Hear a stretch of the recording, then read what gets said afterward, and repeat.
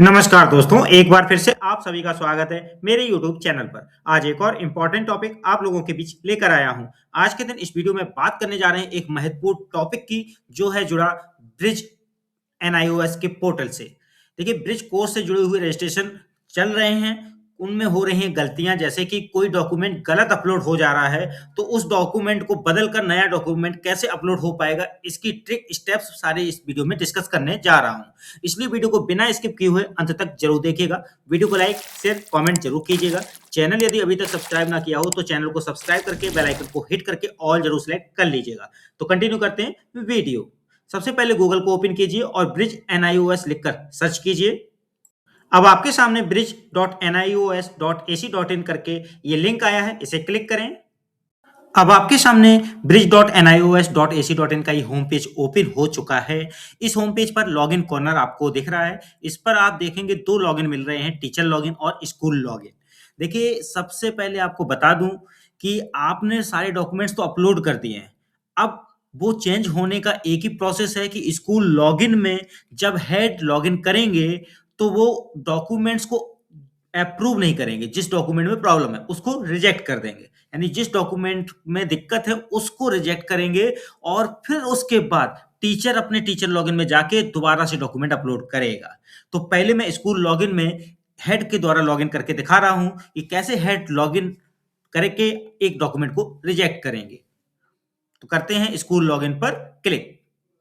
School login पर जब click करेंगे तो आपके सामने स्क्रीन पर यह आएगा, जहां लिखा होगा welcome to bridge national institute of open schooling NIOS.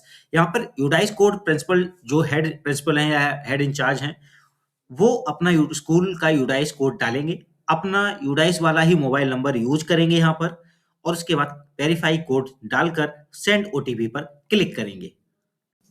अब आपको ओटीपी फिल करना होगा, वेरीफाई कोड डाल के वेरीफाई एंड लॉगिन पर क्लिक करना है।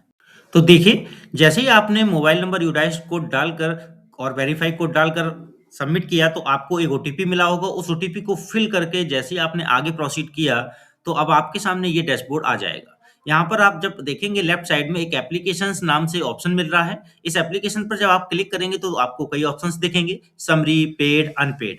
आपको क्लिक करना है समरी पर।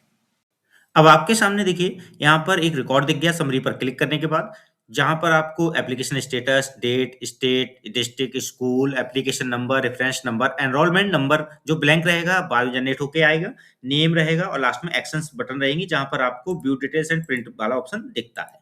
ठीक है। और नीचे ये कलर लीजेंड। कलर लीजेंड में देखिए येलो होता है असाइन्ड टू यू, ये स्कूल लॉगिन में, और रेड का मतलब री अपलोड नीडेड, और लाइट ब्लू का मतलब है अवेटिंग री अप्रूवल। तो यहाँ पर आपको ये तीन ऑप्शंस दिख रहे हैं, ये स्कूल लॉगिन में यानी हेड या इंचार्ज हेड के लॉगिन में। अब यहाँ पर यदि कोई डॉक्यूमेंट गलत है उसे रिजेक्ट किया जाएगा तो कैसे किया जाएगा, उसके लिए एक्शंस में जाएंगे और व्यू डिटेल्स में जाएंगे। तो करते हैं व्यू डिटेल्स पर क्लिक। अब आपके सामने देखिए डॉक्यूमेंट से जुड़ी हुई जानकारी डिस्प्ले हो जाएगी जैसे ही आपने व्यू डिटेल्स पर क्लिक किया। अब आपके सामने जो भी डिटेल्स आ रही है डॉक्यूमेंट्स की, आप उन्हें देखेंगे। यदि सही है, यदि सब कुछ सही लग रहा हो, परफेक्ट डॉक्यूमेंट लग रहा हो, तो आप उसे अप्रूव कर लेंगे, जैसे यहाँ अप्रूव्ड लिखा हुआ है। ठीक है, अप्रूव्ड अप्रूव्ड। यदि इनकेस कोई अपॉइंटमेंट लेटर या कोई अन्य डॉक्यूमेंट आपका गलत हो जा रहा है और वो स्कूल लॉगिन में प्रिंसिपल को लग रहा है ये गलत है, तो वो रिजेक्ट कर सकते हैं। उसके बाद इस टीचर अपने टीचर लॉगिन में पुनः री अपलोड करेगा और वो डिटेल्स फिर से यहाँ पर शो हो जाएगी, जिसे री अप्रूवल स्कूल लॉगिन में किया जा सकता है। तो पहले यहाँ से रिजेक्ट कैसे होगा, स्कूल लॉगिन में हेड टीचर या इंचार्ज हेड टीचर के लॉगिन में वो करके दिखाते हैं। जैसे अपॉइंटमेंट लेटर ही ये गलत अपलोड हो चुका है इस अकाउंट में, तो इसको रिजेक्ट करते हैं यहाँ से। अब आपके सामने ये रिजेक्ट डॉक्यूमेंट करके एक पॉपअप विंडो आ गई। यहाँ पर एंटर योर रिमार्क्स लिख कर आ रहा है, यानी आप कारण लिखें कि किस लिए आप इसे रिजेक्ट कर रहे हैं। स्कूल लॉगिन में हेड या हेड इंचार्ज हेड टीचर अपना रिमार्क मेंशन करेंगे और फिर रिजेक्ट बटन पर क्लिक करेंगे। तो रिमार्क यहाँ फिल करते हैं और रिजेक्ट पर क्लिक करते हैं। तो देखिए, रिजेक्ट कंप्लीट होने के बाद मैसेज आएगा, the document was rejected and needs to be re uploaded. ये साफ साफ मैसेज आपको मिलेगा री अपलोड के लिए। अब आपको री अपलोडिंग की प्रक्रिया कहां से करनी है, वो टीचर लॉगिन में। तो टीचर अब दोबारा लॉगिन करेंगे, तो मैं वो टीचर लॉगिन की स्क्रीन शो करता हूं। अब देखिए, ब्रिज एनआईओएस की जो वेबसाइट है उसका होम पेज है, उस पर आ गए हैं। लॉगिन कॉर्नर पे फिर से जाएंगे और टीचर लॉगिन पर क्लिक करेंगे। अब आपके सामने ये लॉगिन पेज आ गया। यहाँ पर email ID, password, verification code डालने के बाद आपको लॉगिन पर क्लिक करना है। तो मैं ये तीनों डिटेल्स फिल करता हूँ और लॉगिन पर क्लिक करता हूँ।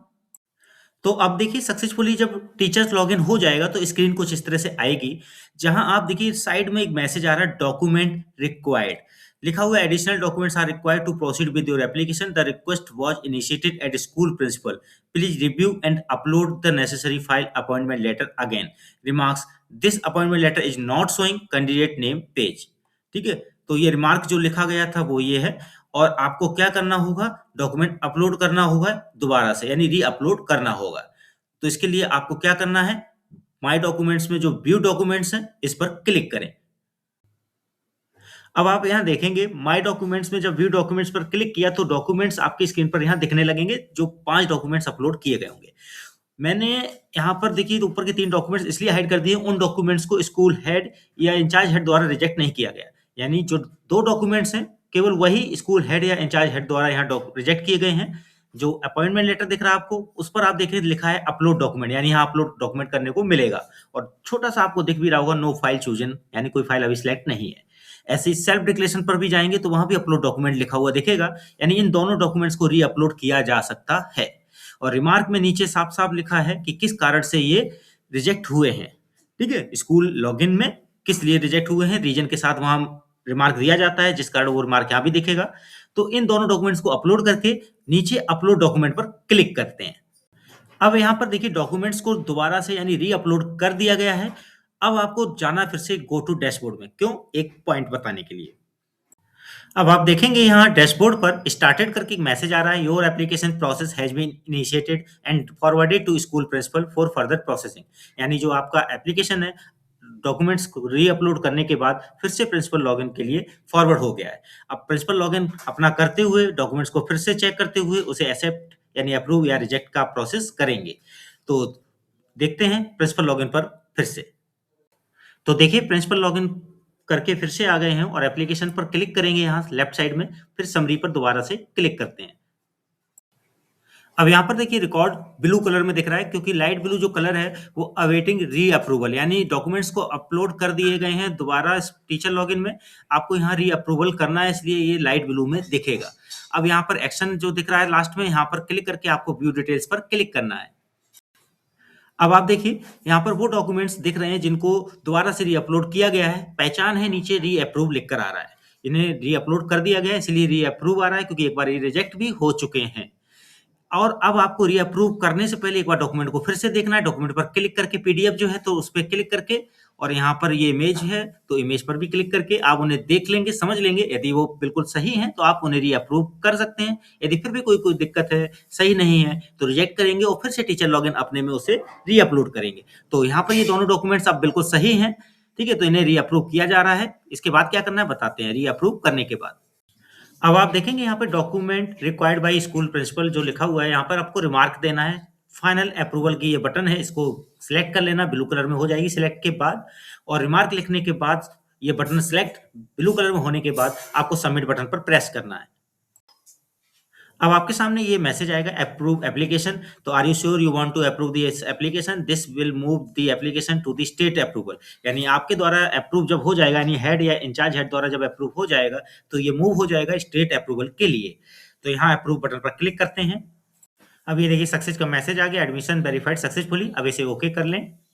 तो देखिए इस तरह से आपका ये कार्य बहुत ही आसानी से मैंने समझा दिया है कि यदि कोई भी डॉक्यूमेंट आपका गलत अपलोड हो गया हो तो उसे स्कूल लॉगिन में हेड या प्रिंसिपल हेड जो हैं वो रिजेक्ट करेंगे।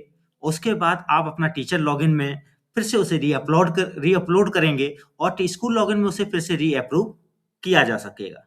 री अप्रूव जब कर सकेंगे तो उसके बाद आप पूरा एप्लीकेशन भी फाइनल अप्रूव कर सकेंगे। तो इस तरह से ये प्रोसेस बहुत ही आसानी से स्टेप बाय स्टेप मैंने क्लियर किया है। वीडियो अच्छा लगा हो तो लाइक शेयर कमेंट जरूर कीजिएगा। चैनल यदि अभी तक सब्सक्राइब ना किया हो तो चैनल को सब्सक्राइब करके बेल आइकन को हिट करके ऑल जरूर सेलेक्ट कर लीजिएगा। मिलते हैं अगली बार एक और इम्पोर्टेंट वीडियो के साथ। आज के लिए बस इतना ही, धन्यवाद।